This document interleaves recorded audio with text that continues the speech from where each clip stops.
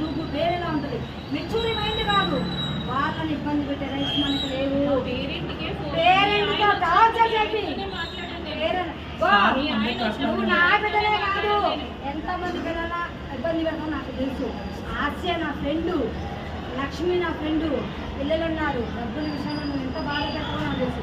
నా బిడ్డకి ఎవరైతే నువ్వు ఎంప్లాయ్ అయితే నీ మేనేజ్మెంట్ అనాలనుకోండి తప్ప తీసుకుపోయారు. 22,000 కొన్ని ఇచ్చి పంపించాను లాస్ట్ ఇయర్ పని.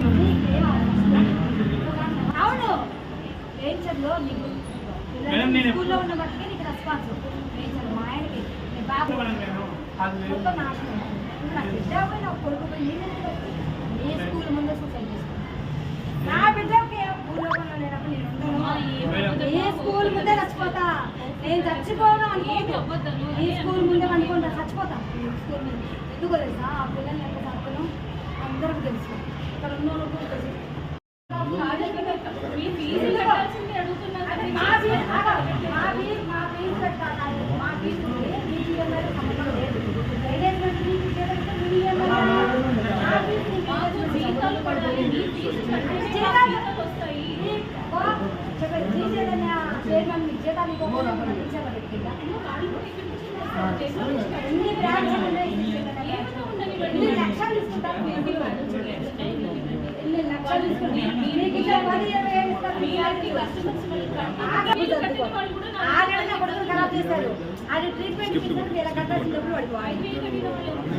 చేసిన ఫీజు కట్టకపోతే పేరెంట్స్ని ఇబ్బంది పెట్టాను. నేను ఏం చేసినాను, అందరి ముందు నన్ను ఇన్సల్ట్ చేసిందని స్కూల్ కాడ నుంచి ఏడ్చుకుంటూ వచ్చింది.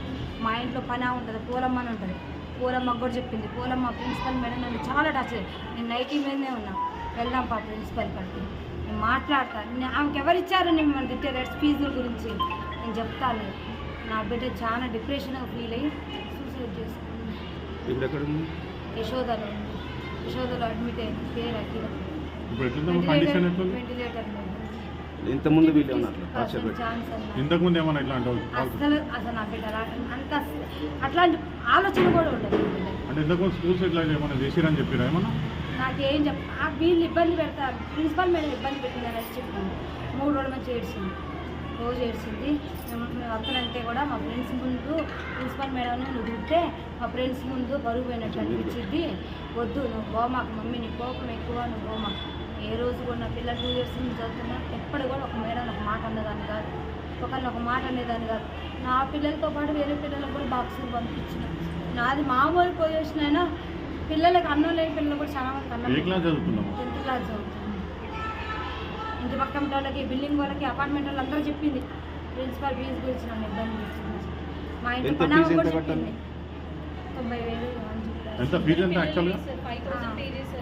90,000 ఇవి కట్టాలన్నారు. లాస్ట్ ఇయర్ కొంచెం పెండింగ్ ఉంది. మొత్తం కలిసి మనం 22,000 ఇచ్చిన. అయితే ఇంగ్లీష్లో తక్కువ మార్కులు వచ్చినాయని లాస్ట్ 1 month 2 months క్రితం బాబుని టార్చర్ చేశాను. బాబు డిప్రెషన్లోకి వెళ్ళిపోయింది. వీళ్ళ వల్ల బాబుకి ఇప్పుడు దగ్గర 1 lakh వరకు ట్రీట్మెంట్ అయింది. నా దగ్గర అన్ని రిపోర్ట్స్ ఉన్నాయి, అన్ని ఫైల్స్ ఉన్నాయి. నేను బంజారా హిల్స్ సైకాలజిస్ట్ ఆశా హాస్పిటల్లో చూపిస్తున్నా, డాక్టర్ చైతన్య దగ్గర చూపిస్తున్నాను. ఓన్లీ బాబుకి 35 40 వచ్చిన ఇంగ్లీష్ మార్కులని ప్రిజర్వ్ చేశారు. బాబు 7th క్లాస్. అయితే వేరే కట్టాల్సిన ఫీజు బాబు ట్రీట్మెంట్ అన్నా. ఆల్రెడీ బాగా సార్ కూడా చెప్పిన బాబుకి అబ్నార్మల్ ఉంది, బాబు కండిషన్ ట్రీట్మెంట్ నడుస్తుంది, బాబుకి హెల్త్ బాగాలేదు కానీ ఆ డబ్బులు అట్లా యూజ్ చేస్తున్నా. లోన్ పెట్టిన, లోన్ రాగానే ఒకేసారి ఎట్ ఏ టైం నేను ఎంత ఫీజు ఉంటే అంత క్లియర్ చేస్తాను కూడా మా సార్ చెప్పింది. బాబు కూడా బాగాలేదు. బాబు కూడా మన మధ్యసింకం పోయింది స్కూల్ వల్ల. టార్చర్ పిల్లల్ని ఏం ఫెయిల్ అయితే మనం రాసుకోకూడదు సార్. ఇయర్ లాస్ అయితే నెక్స్ట్ ఇయర్ చదువుకోకూడదా? ఎందుకు పిల్లలు లేనప్పుడు చదువు ఎందుకు? పిల్లలు బతుకుండి పిల్లలు బాగుంటే కండి చదువు కావాలి. పిల్లలు సూసైడ్ చేసుకొని చచ్చిపోయినాక చదువులు ఏమిస్తారు? చదువులు అంటే మాలాంటి వాళ్ళకి కడుపు కోత మిగల్చడానికి ఇలాంటి పెద్ద పెద్ద స్కూళ్ళు పెట్టేది మాలాంటి పేదోళ్ళ కోసం. ఇప్పుడు మేము ఎక్కడో ఉంచి బతకడానికి వచ్చినాం.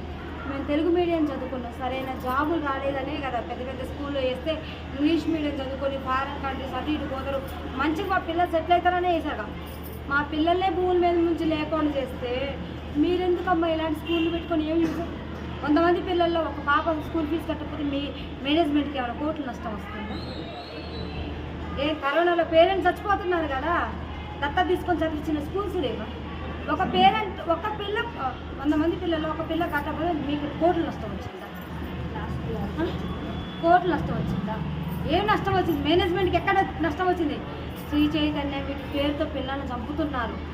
ఇంకో నాలాంటి తల్లిదండ్రులు మాత్రం ఇలాంటి స్కూళ్ళల్లో ఏమాకండి పిల్లగాళ్ళు. ఇలాంటి స్కూళ్ళల్లో వేసి మీ పిల్లగాళ్ళు చంపుకోరు. వీళ్ళు ఎంత టార్చర్ పెడతారో తెలుసు. రైటింగ్ తప్పితే చదువుకోలేదు. రైటింగ్ రైటింగ్ రైటింగ్ రైటింగ్ ఏం రాస్తారు పిల్లలు? చదవాలి. రైటింగ్ అంటే నువ్వు పేరాలు రాస్తారు. పేరాలు చదువుకోకుండా పేరాలు రాస్తే వస్తుంది, పాస్ అయిపోతారు.